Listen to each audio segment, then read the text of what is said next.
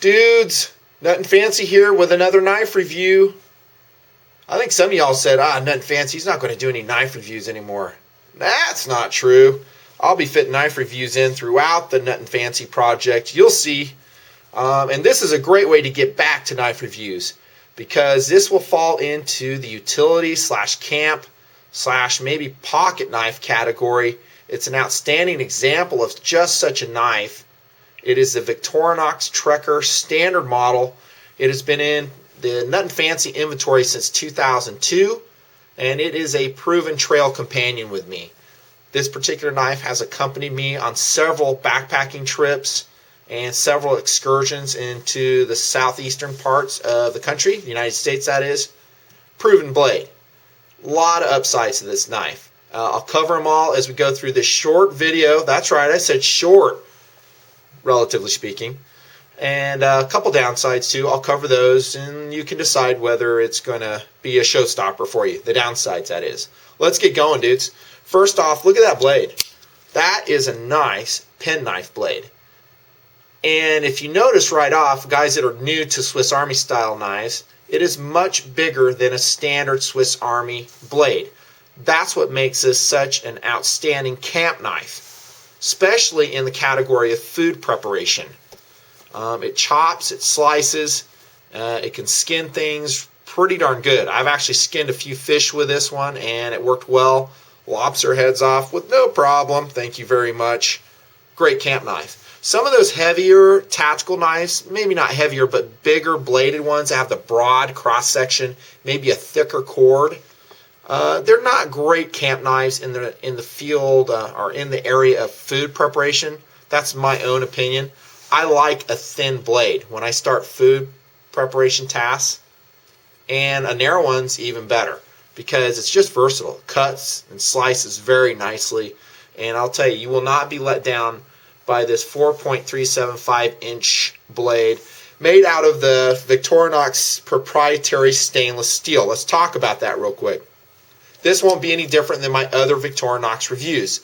You guys who are very experienced in the brand will know that it is a high quality, very stain resistant stainless steel. However, it's kind of on the side of softness. It won't retain an edge, up to the level of maybe AUS 8, 154 cm and the other higher quality steels. That might be the downside. The upside is this steel is easy to sharpen. And when you're talking about a blade that you take in the backcountry with you, take it from me, Nutnfancy, that's what you want. You want a blade that's easy to sharpen, just a couple strokes down your sharpening steel or whatever system you brought with you, and the edge comes back. That's Victorinox, and that is another plus. Another feature of this blade, and this is a criticism that some guys have against the Victorinox blades, is they don't lock. Well, guess what? In the Trekker model, it does indeed lock with a very sturdy liner lock. And I'll tell you, when it's in that locked position, dudes, it does not move side to side, up and down. There is no wiggle, no play in the pivot point in the extended position on the Trekker at all. That's a big plus. Little bit unusual, the liner lock deploys in a reverse fashion that we are usually accustomed to. In other words, to unlock the blade, you're going to push it to the right just like so. It's completely the opposite of most knives. So that's just a little bit of a difference that you're going to have to get used to. Pretty minor if you ask me though. But I love the length of the blade. I love the shape, that penknife shape. Very, very useful. Proven as such by me personally. What else is included in the blade? Well, let's get to the other one, the saw. And I told you in my other Swiss Army knife reviews that when I first started carrying knives with saws, I was thinking, man, that's ridiculous. Why would you need a saw on a pocket knife? Honestly, I mean, if you were to ask me 15 years ago, dude, you really should take a saw in your pocket knife, I would go, that's retarded. However, I was wrong. That saw is awesome to have in the out of doors. I'll tell you one way I use it. When I get to the campsite, if I want to create a hanging device, I can just cleanly lop off a limb, a small limb I'm talking, and I'll have a place to hang things up on. Additionally, it makes a great trap notching device, kind of like you saw me using the saw on the Leatherman Charge TI. up on my deer snare making video. If I think about it, I'll annotate that video for you. Works great. It does things that a blade probably can do, but it's just more efficient. I like having a saw in certain applications, not all applications. And sometimes the extra weight and the extra bulk that a saw will give a knife design like this, worth it. Here's a large bladed screwdriver on the Trekker, and guess what? It also locks. That's an unusual feature. And some of you guys will be going, well, so what? A locking screwdriver? Who cares? Who needs that? Well, don't know if you need it, but I will say this. The locking feature gives this more capabilities than just a screwdriver. Now that it locks, you actually have a prying tool that you can do a lot of tasks with that otherwise you would not be able to do. It's almost like having a fixed bladed screwdriver. So it is a big benefit. Just stay within the strength, capabilities of the blade. You don't want to go lifting manhole covers off with this thing. You know what I'm talking about. But lightweight prying tasks, very effective. Done it. That's your wire stripper. Never use that on Swiss Army knives. That's just me. Call me crazy. And there's your lock. It goes to the reverse side just like I showed you. And then we get to the can opener and small flat-bladed driver on the Trekker. Nice can opener. I've told you guys this before. That is my favorite can opener design on any pocket knife. And I'm talking about this convex portion right here. You can just, when you get practiced with it, you can just zip the lid off a can with these. The Wegner one and the other varieties that you see in the Gerber tools and the SOG multi-tools, they're effective as well, don't get me wrong. This just happens to be my favorite. And yes, I love that little 3mm flat-bladed driver. Also a favorite tool of mine on any Swiss Army knife. Love it. On the back side, we'll find a standard Phillips bit driver. So you have flat-bladed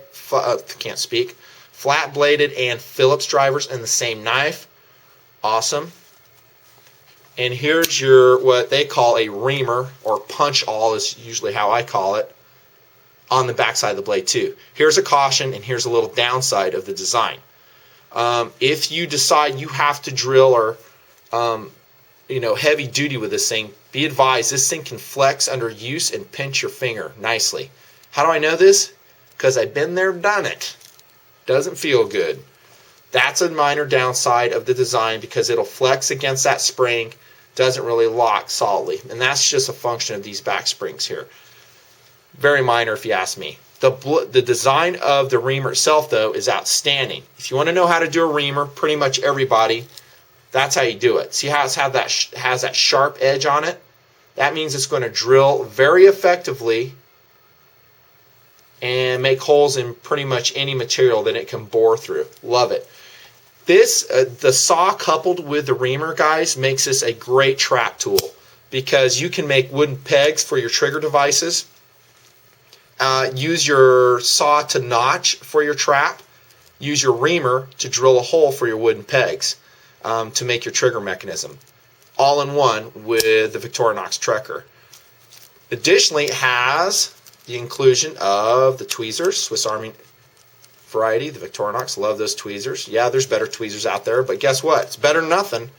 And your toothpick. You guys have seen that. And mine's bent up. I think I used it to poke or prod something. I need to replace it. And replacing these is relatively easy. These are the large size of tweezers and toothpick. You can get those at a variety of places. Standard Swiss Army knife emblem there. This one I think is just silk screened on. It's not inlaid. Black A-locks, not A-locks, but the black plastic handles. It's actually a pretty good looking knife. Oh yeah, here's the lanyard right here. I did sew this lanyard. I like to have the lanyard on this Victorinox Trekker. Why? Because if you notice, it's got no clip. Okay, so that's going to make it a sheath knife or a pocket knife. So be advised of that. I carry it in a multi-purpose sheath, kind of like the ones that I use for a 9mm pistol. Works great, and I can clip it in a variety of ways. Let's look at a variation on this one. This is, well, like I said at the beginning of the vid, a standard model Victorinox Trekker. Here is, I'm going to come off the tripod. Sorry if I make you dizzy.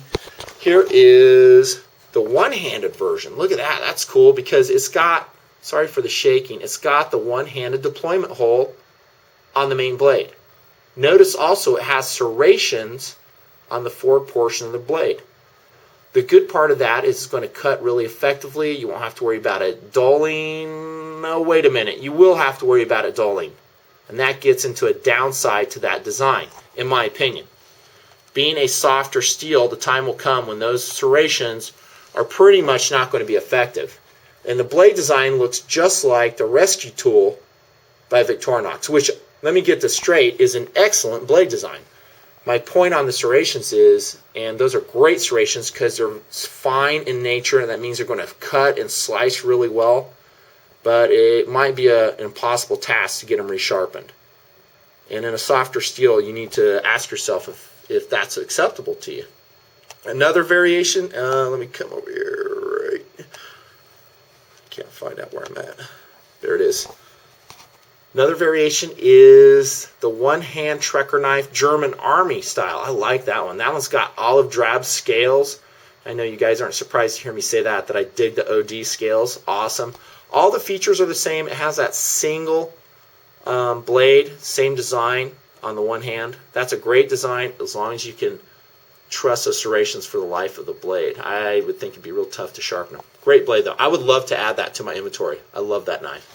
In a lot of ways, it's an improvement on the one-handed standard. I'm sorry, not the one-handed, but the standard model that I've been showing you, because it can deploy that main blade quicker. That might be good in very emergency defensive tasks. When I go backpacking, like I've said to you guys a lot, you got to minimize your weight. And so if you can take a one-hand deploying knife with you and it has all the utility functions that I've been showing you, and you can deploy it one hand and it locks, to me that means it has emergency defensive capabilities. And you guys will be saying, a Swiss Army knife? Emergency defensive? That's ridiculous. Well, tell that to the lady who got attacked by the cougar in California and almost killed. And those two bicyclists, the women, had no knives with them whatsoever, and they were using sticks to stab the cougar as it chewed on the lady's face. Okay, always have a blade with you. I mean, you never know what's going to happen out there, and how much does it hurt you to take a blade with you. And if you take a one-handed version of this, then yeah, you might be able to get that out and defend yourself with it. I know the chances are remote, but there's a lot of things in life that are remote that happen every day. You know what I mean? Downside to this as well is the weight. It's not a super lightweight knife. You know I'm big on that lightweight. 4.8 ounces, 5.2 ounces with the sheath. I have taken it with me though, because it does a lot of tasks. Has the saw, has the reamer, has a nice big blade on it, and there are definitely heavier knives in this. So it still is in the mix in the Nutnfancy system when I go backpacking. I just weigh out exactly what I foresee needing. Maybe it might be a multi-tool capability with some pliers, or perhaps this Trekker will fill the bill completely. Another upside is a huge value this knife represents. That one-handed one is only around 30-ish, maybe even less. Check out the annotations there for my recommendations of where to go. And that's a great value. This knife I only paid $24 for in 2002. To me, that is amazing value for the type of knife you get. So the Victorinox Trekker, guys, if you don't have one in your system, you might want to consider it. The first type of cool, it has it in spades, and that is utility, usefulness in the POU of utility and camp knife. Just superb. And the locking blade, you will love it, trust me. The second kind of cool, collectability, pretty much every Victorinox knife has that, in my opinion. It's just fun to have, fun to collect. No, there's nothing like limited edition about this knife, but as you use it and go up in the woods year after year with your Trekker knife, you will grow very fond of it, and it will become a trusted trail companion, and that will give it value in itself, and it will be part of you, and you can hand it down to your children, and they will cherish it just like you did. There you have it. Short review, relatively speaking, from Nutnfancy. Thanks for watching, guys. More coming. I will never give up on the knife reviews. Out.